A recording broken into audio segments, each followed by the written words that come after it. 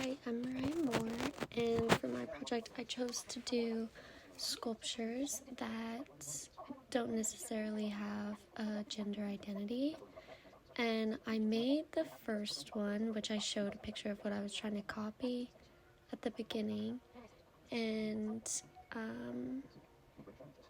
I made it and then it didn't stand up, but I didn't want to make this video too long, so I just pulled it apart and redid it. I also didn't really like how it turned out, so I'm reshaping the face, and honestly it was kind of harder. I started out with the easiest one in my opinion that I thought out of the 3 that I'm gonna do, and it was actually a lot harder than I thought, so I was worried about the next ones.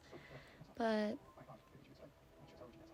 I learned that there was way more details than I thought there was, because it looks like it was made out of all one piece, so it just looked simple, but there was a lot more details. And then the fact that it was really hard to stand up because this clay is super soft, it was just really hard.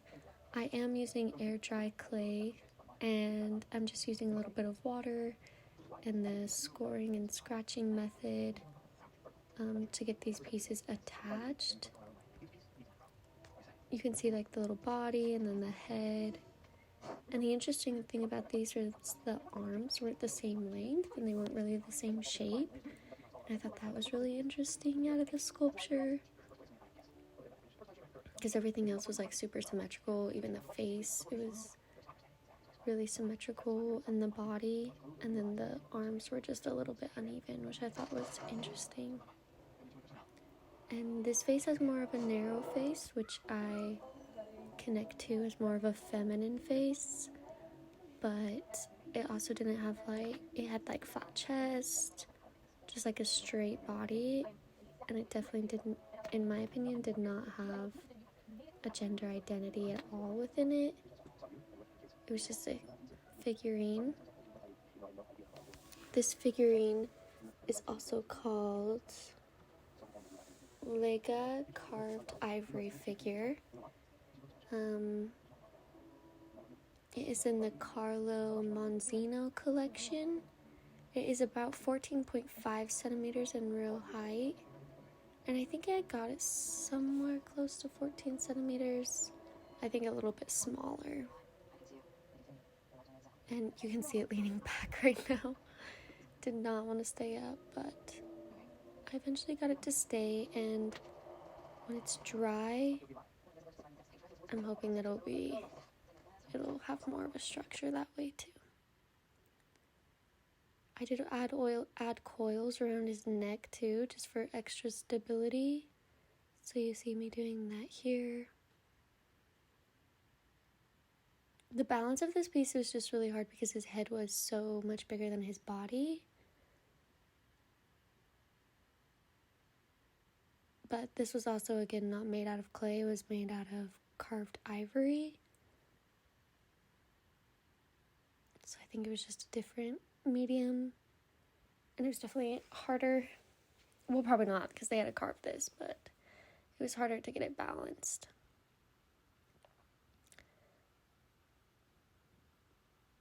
And then this is me doing the eyes. I'm just rolling a little coffee bean shapes, because that's what they kind of reminded me of. And these were also hard because I couldn't get the exact size that they were. I either made them too small or too short.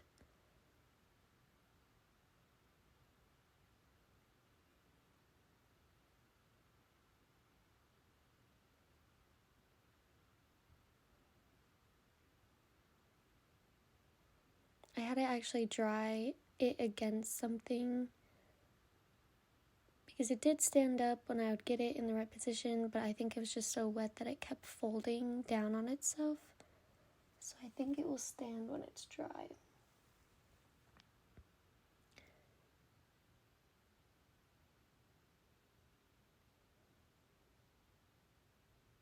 Here's just me sculpting out the face, getting the last little details, fixing the back up because the coils were still there.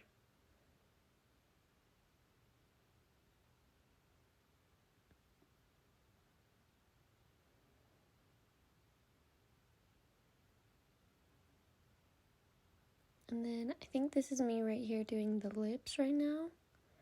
It's my last little touch on it. I got a little tiny piece and just applied it on. And I was using a pencil to work with as my needle tool, so you see me scraping off the clay off of my pencil. And then I think I showed at the end how it looks like compared to the original. And then here's me starting on the second one. This one is called Lega Culture Initiation Object. And it is wood with plastic beads around its neck. And it's from Lega Culture. This one, I started from the base up, and I really liked how his feet are more bulky. You can kind of see it back there. But his legs were more bulky than his body, or like his body. And then his head goes back to being a pretty good size. So I wanted the bottom to be pretty thick and hefty so it could balance out the rest on top, the weight on top. But yeah, there's just me doing this, scoring and scratching. And I'm just working from the bottom up. This one is hard because I didn't know exactly how tall I wanted this one to be. And it was hard just to figure out how big I wanted the legs and how I was going to work up from there. The head on this one is also a lot bigger in proportion to the body, like the last one was. And that was hard to balance anyway, so I wanted to take what I learned from the other one and make the bottom a little bit more structurally sound. Trying to get the shapes right on them, and they angle like outwards, like his knees angle outwards, kind of make bow shapes on both of them. So I'm trying to angle out the clay that way and then connect it to its hips when it gets to there.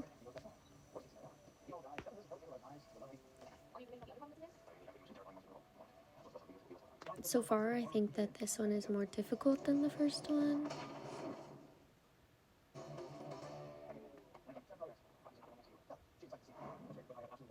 Honestly, I expected all of these to be pretty easy, but the more I work on all of them, the more I realize how time-consuming it is and how difficult it is. How much more I have to actually think than I thought I was going to have to. And air dry clay, I thought it would be easy to work with, but it's actually kind of hard. I'm used to like regular clay from the school, like the sculpture and ceramics classes. So this was just interesting because it wasn't like as smooth, like you had to really mend it together. They like to stay separate.